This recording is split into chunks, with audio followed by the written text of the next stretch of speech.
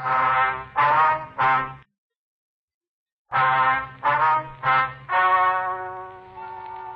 and gentlemen, the story you're about to hear is true. The names have been changed to protect the innocent. Dragnet.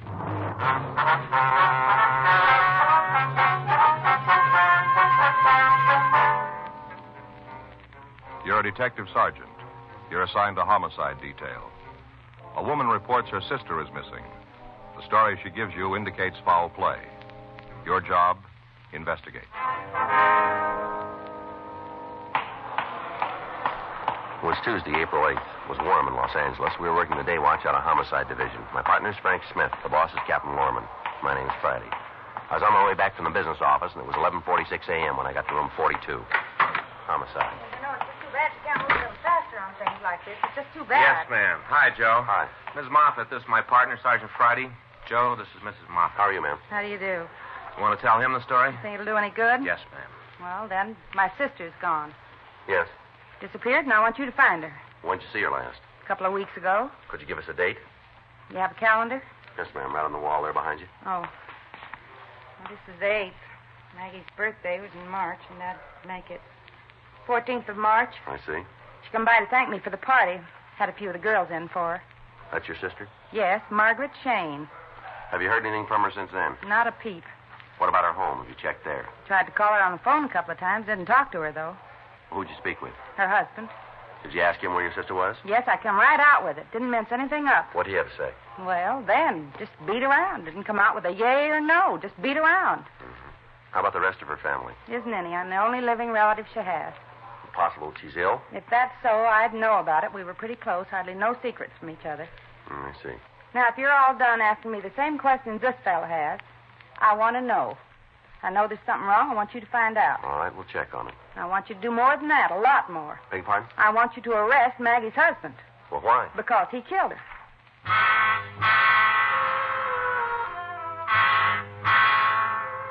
We checked the name and description of the woman through missing persons files, but we failed to find anything on her. While I talked to Karen Moffat, Frank went down the hall and ran the names Margaret Shane and her husband Gordon through R&I. There was nothing on either one of them. 1:06 p.m. We left the office and drove out to check the missing woman's house. Doesn't seem like anybody's home. Well, let's check the bank. Right. You think there's anything to it? You know as much as I do. We both started from the same place. Yeah. I'll get it. All right. Well, there's somebody home. Yeah. Wonder why he didn't bark when we knocked on the door. I don't know. There's nothing here. Let's check the garage there. Locked? Nope.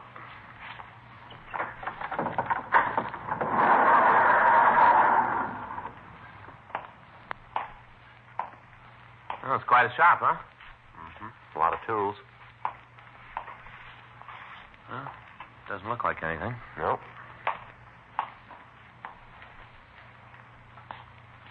Frank? Yeah. Come here.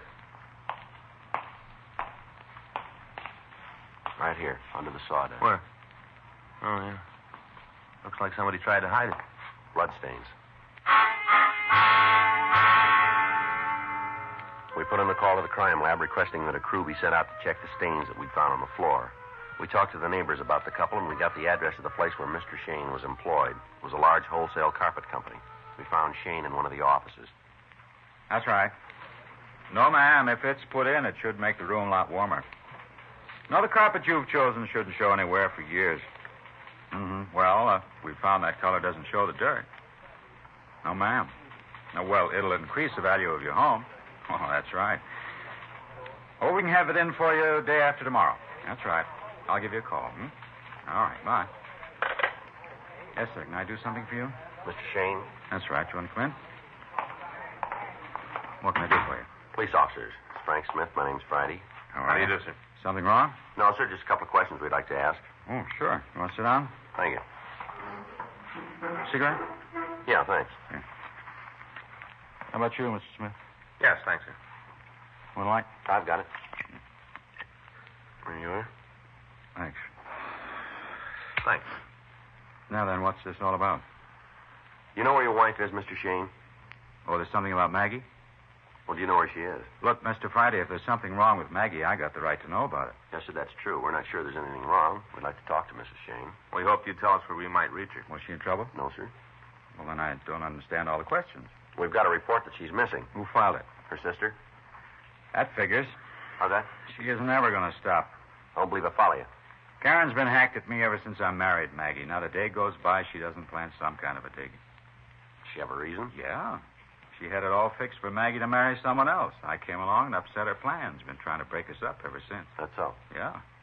This fella she was trying to palm off on my wife. Karen's husband worked for him. She figured it'd be real soft having the boss as a brother-in-law. Well, the way it worked out, the slob had to work for a living. Almost kills Karen every time she thinks of it. Where is your wife? I wish I could tell you. What? I wish I knew where she was. Haven't you got any idea? No. A couple of weeks ago, I came home from work. Maggie was gone. I haven't seen her since. Can you pin it down? Thursday, a week. She called during the day to tell me she wanted me to go out to dinner. Said she wanted me to be home on time. I told her I wouldn't be able to make it. We had words. She hung up. When I got to the house, she was gone. She leave any kind of a note? Yeah. Have you got it? I don't think so. I was pretty upset. Guess I must have thrown it away. Haven't seen her around since. You know, you've got quite a woodworking shop in your garage. Yeah. Stuff's getting a little rusty now. I haven't felt like doing anything. Now, this trouble with your wife, was there another man involved? It'd be hard to say. What do you mean? Well, Maggie's an attractive girl. Everywhere she went, there was some guy trying to make time. Might have been someone special. I wouldn't know. Mm-hmm. Wonder if we could use one of the phones outside. Use this if you like. Well, one of the others will do. Well, sure. Go ahead. I'll call over to Joe. See what they've come up with. Okay.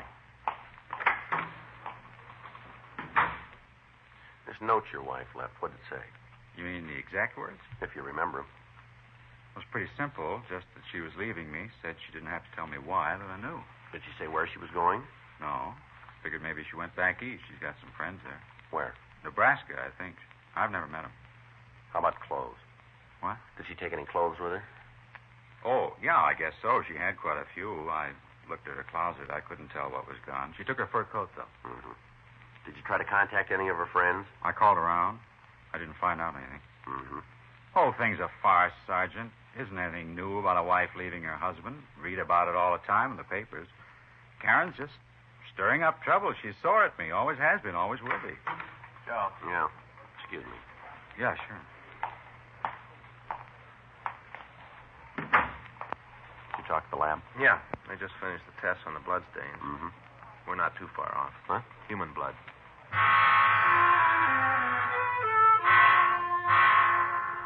Frank and I took Gordon Shane back to his house. During the ride, he was quiet, and he refused to be led into a conversation about his wife. When we arrived at the house, we took him back to the garage. The crew from the crime lab had gone back to the office to make the grouping tests on the blood stains. Wish you'd tell me what this is all about. We figure you might have the answer to that. When are you going to stop talking in riddles? Now, Shane, you know what we're after. You'll save yourself a lot of trouble if you go along with us. Well, I don't know. What are you after? You drag me away from my job, cause me a lot of embarrassment. Now, how about calling the game so we both know what we're playing? All right, huh? fine, sure. You got an explanation for this? What? The blood stains here on the floor. Yeah, sure. I killed a couple of people. This is where I did it. We don't need any jokes, Shane. Just figure it out. Well, you better turn in your deerstalker cap. I made those stains myself. Yeah? I was working on the lathe. Chisel slipped out of my hand, cut my foot. When did this happen? A couple of weeks ago. Before or after your wife left? Now you're ready to stop the game. It's a real easy question, Shane. Give us the answer the same way, will you? Before. How much? A couple of days. You told us your wife left on the 27th of March. Is that right?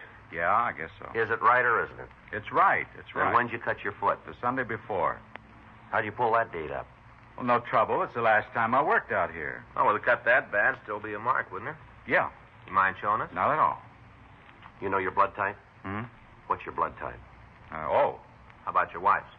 I don't know. Somehow we never quite got around to talking about All that. right. Let's go in the house. You can show us your foot there. Yeah, sure. You think you might be able to come up with a note your wife left as well? Well, look. You know much about the law? What do you mean? If I get out of this, can I bring suit against my sister-in-law? What's that? Well, it seems there should be something I can do to close her mouth. All the time Maggie and me were together, she was causing trouble.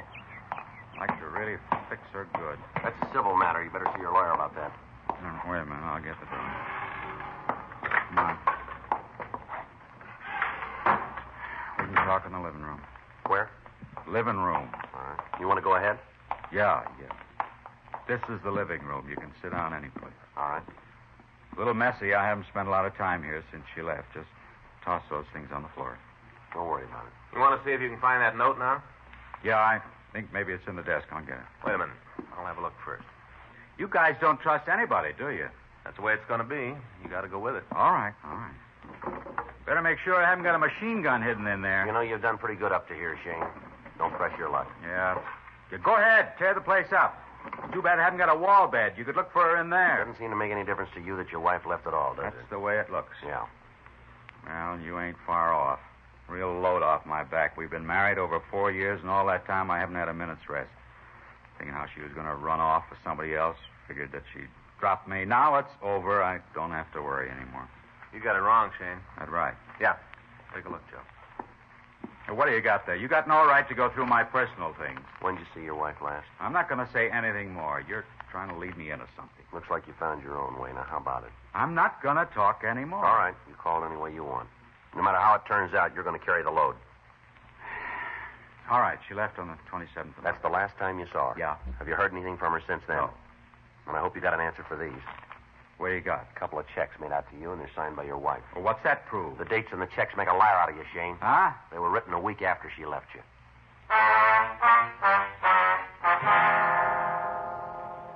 We made a search of the house, but we failed to turn up anything more that would tie Gordon Shane in with his wife's disappearance. We looked through the desk, and we found several letters that she'd written. These were taken for handwriting comparison. We also found several pictures of the missing woman. A check with the neighbors failed to give us anything further to work on. All of them told us of constant fights between Shane and his wife. One of the people said that on several occasions the sound of sobbing had been heard coming from the house. At 5:20 p.m., Frank and I left the place and took Shane down to the city hall.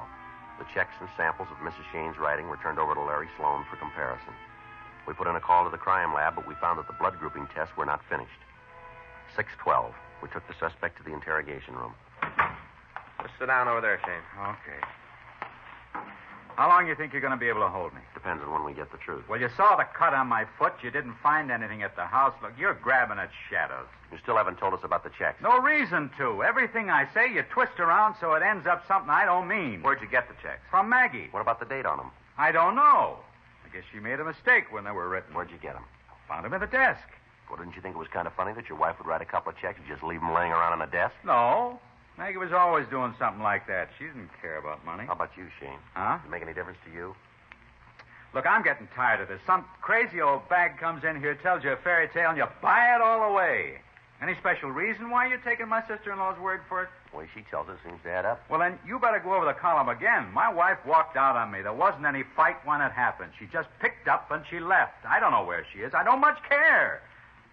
But you put this down in your book. I didn't kill her. Now look, leave me alone. When do I get to call a lawyer? We'll set it up for you. Well, do it fast, because you're getting nothing more from me. That's the way you want it.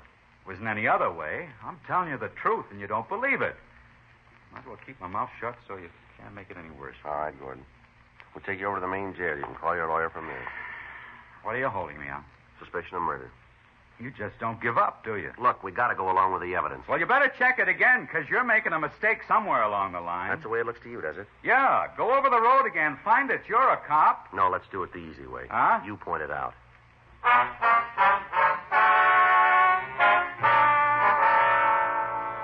The suspect was removed to the main jail and held for further investigation.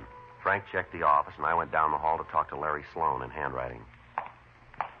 Joe, how's it going? You all through those checks, Larry? Just wrapping it up. All right to wait? Sure, sit down. Okay. What do you figure? I want you to tell us. Mm-hmm. How'd it start? Complaint. Woman wanted us to find her sister. Well, where did the checks fit in? Found him with the husband. Date's a couple of days after she disappeared. Mm-hmm. Figure he might have written them, huh? Well, that's one way. Well, that does it. Okay, what do you got? The endorsement on the back is Shane's writing. His signature. Yeah, here you can see it. No trouble there. The O's, way he pulls the stroke down on the S, that's his. What about the writing on the face? Well, look here. Shading on the G, Yeah. way the crossbar on the T's pulled up. These are the samples, and you got the same thing right here. No doubt about it, huh? Not with me. Okay. The woman wrote the checks. Joe.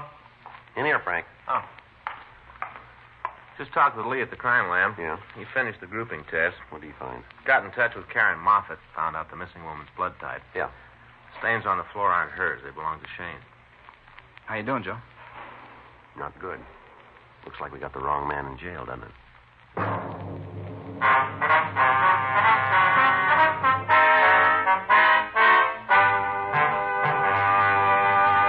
You are listening to Dragnet, the authentic story of your police force in action.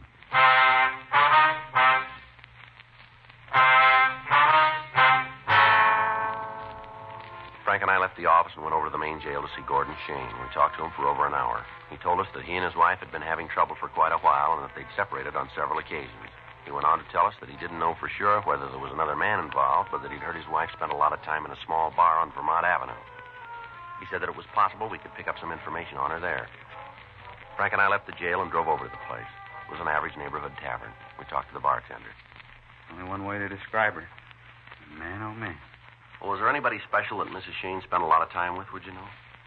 Gee, I don't know. A lot of people in here like a family. Guess if you had to nail it down, it'd be Leonard. Who's Leonard? Another regular. He's here almost every afternoon. He and Mrs. Shane were pretty friendly, huh? Yeah, real buddies. They used to come in and get gas together, spend the whole afternoon, sit down there at the inn and play horse. Play it by the hour. Not for money. We don't allow that in here. What do you know about him? Not much. Doesn't figure him and Maggie had hit it off, though. Why do you say that? Well, it just doesn't. She liked her fellas big, you know, dark and handsome. Leonard's a little guy, not more than 5'4". Sure ain't anything to look at. What's his last name? I think it's P-U-R-D-Y, Purdy. It seems like it's it. What's he look like? Not much about him you'd remember. He's a little guy, blonde hair, real bad complexion. He has a mustache, you know, big kind of handlebar like. Yeah. You know where he lives? Not for sure. I think he's got a room over on Fountain someplace. I don't know the number. Where's your phone? Through the back door there. Thanks. On the left. I'll check it, Joe. All right. Does this Purdy work for a living? No, regular. What's he do, do you know? He's some kind of salesman, door to door. I don't know what he peddles. Seen him a couple of times with a sample case, though. Has he been around lately? No. Hadn't thought about it, but I guess you haven't seen him in a couple of weeks. You ever hear what he and Mrs. Shane talked about? Word here, there. Nothing you could put together. I think she spent the time with him because she didn't have to worry about it. How do you mean that? Well, you know, a little guy like that. Couldn't give her no trouble. He's always around. Maggie didn't have a car, so Leonard would drive her if she wanted to go someplace. What kind of a car? 41 DeSoto. Parked it out back a couple of times. It's a real wreck. All right. What'd she do? Huh? Maggie, what are you after her for? Like I said, we'd like to talk to her. Sure a doll till you get to know her. After that, doesn't matter how much money she spent, she can't switch you back. She spent quite a bit in here, did she? Yeah? Her and Leonard had really put the drinks away. Both of them had hollow legs. You know, I've seen some pretty heavy drinkers walk up against them. They don't stand a chance. Maggie can really put it away. It always causes trouble. How do you mean? Gets loud. Yelling all over about how she could buy and sell everybody in the place. A couple of times I had to ask her to get out. Things like that hurt business, you know. She carry a lot of money with her, did she? Oh, yeah, always had a bundle. Said she was an heiress or something. I don't know. She was always loaded, though. Anything on Purdy? Yeah, sure is. Yeah? Got out of the state mental hospital 6 months ago.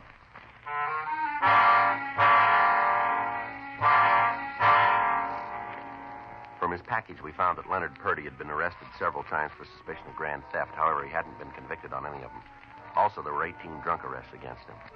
We put in a call to Georgia Street Psycho Detail, and we talked to Lieutenant Quinn. He remembered Purdy, and he went on to say that the suspect had been in to see him several times since his release. He told us that Purdy had committed himself to the state hospital as an alcoholic. Quinn went on to say that when Purdy was drunk, he became violent, and that on 3 of his arrests, it had taken several officers to subdue him. We contacted the authorities up at Camarillo. They told us that the suspect had been released by them after treatment and that he apparently was cured. We checked the last address in his package, but we found that he'd moved. A local and an APB was gotten out on him. We asked DMV to furnish any and all information on a car registered to him. 2 days went by without a word of him. In the meantime, we talked to all of his friends and acquaintances. From each one of them, we got the same story. Leonard Purdy was a freeloader who'd do anything for $1. On Thursday, April 10th, we got word that the suspect had been seen in a second-hand store down on Main Street. We checked the area and got an identification from his mugshot. He'd come in to pawn a man's watch. From the buy book, we got an address out on Gladys Avenue. We talked to the landlady and found that the suspect was in his room. Frank and I went upstairs.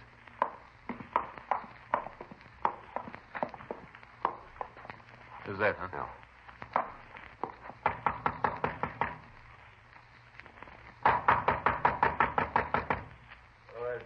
Want to talk to you, Purdy. Just a minute.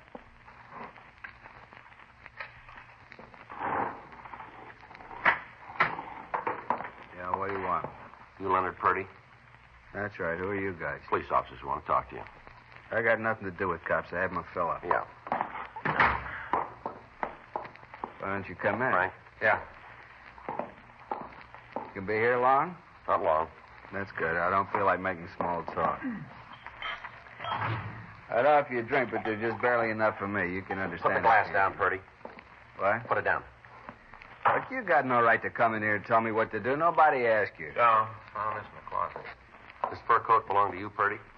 Yeah, I get cold nights. You know a woman by the name of Margaret Shane? Never heard of her. You sure about that? I'm sure. I got nothing to answer to you. Before you come in here and tell me what to do, I don't have to give you one single answer about nothing. You better come up with one. What's that? This coat. What about it? It's got Margaret Shane's name in it. It must be a mistake. I don't know anybody named Shane. Nobody. We got a lot of people who say you do. You telling me the truth? Same people tell us you were with her when she disappeared. They don't know what they're talking about. The way they put it, it's pretty straight. Who told you? Who? Just give me some names. Everybody we talked to. They said I was with her? That's right. Now, where is she? I don't know. You got to do better than that. No, it's the truth. I don't know where she is. Mm-hmm. I killed her, but I don't know where she is.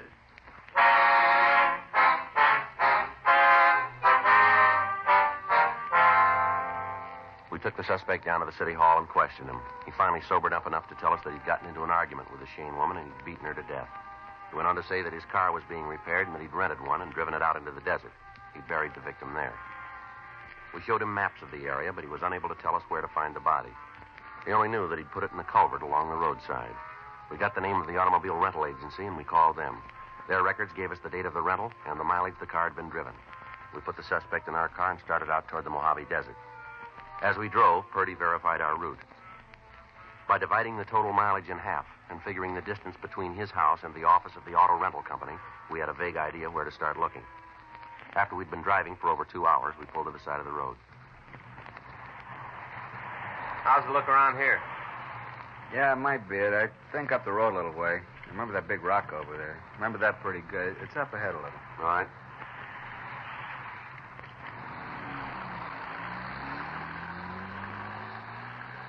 We drove for another 30 minutes, and then Purdy directed us to pull off onto a dirt road. We drove another half a mile, and we came to the end of the road. We can't go any further. Don't have to. Huh? I remember now. Let's get out of the car. Just stay close to us, Purdy, right here. All right. Which way? Over here. Sure a beautiful day. Yeah. It's different when you get out in the country. Everything's got a different color. Come on, Purdy. Where is she? Over there, behind the bushes. I'll go look. Always been the big trouble. What's that? Boozing it up. Every time I get a few drinks, I don't know what I'm doing. Thought after I got out of the hospital, I had it made, you know. I'd be able to stay away from it. Yeah. First time I had trouble, I went back. I always went back. How about it? Yeah. She's there. All the time. That's what caused the trouble. Wouldn't be if it wasn't for me boozing it up. Mm-hmm. If I could just stay away from it, I wouldn't have any problems. I want to give it up if I could just find a way. You got one now.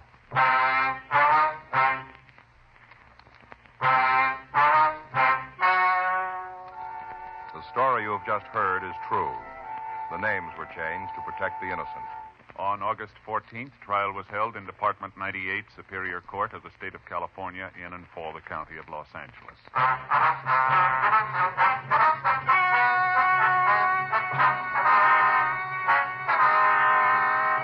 Leonard Eiler Purdy pled guilty to murder in the second degree and received sentence as prescribed by law. Murder in the second degree is punishable by imprisonment for a period of from 5 years to life in the state penitentiary. Dragnet.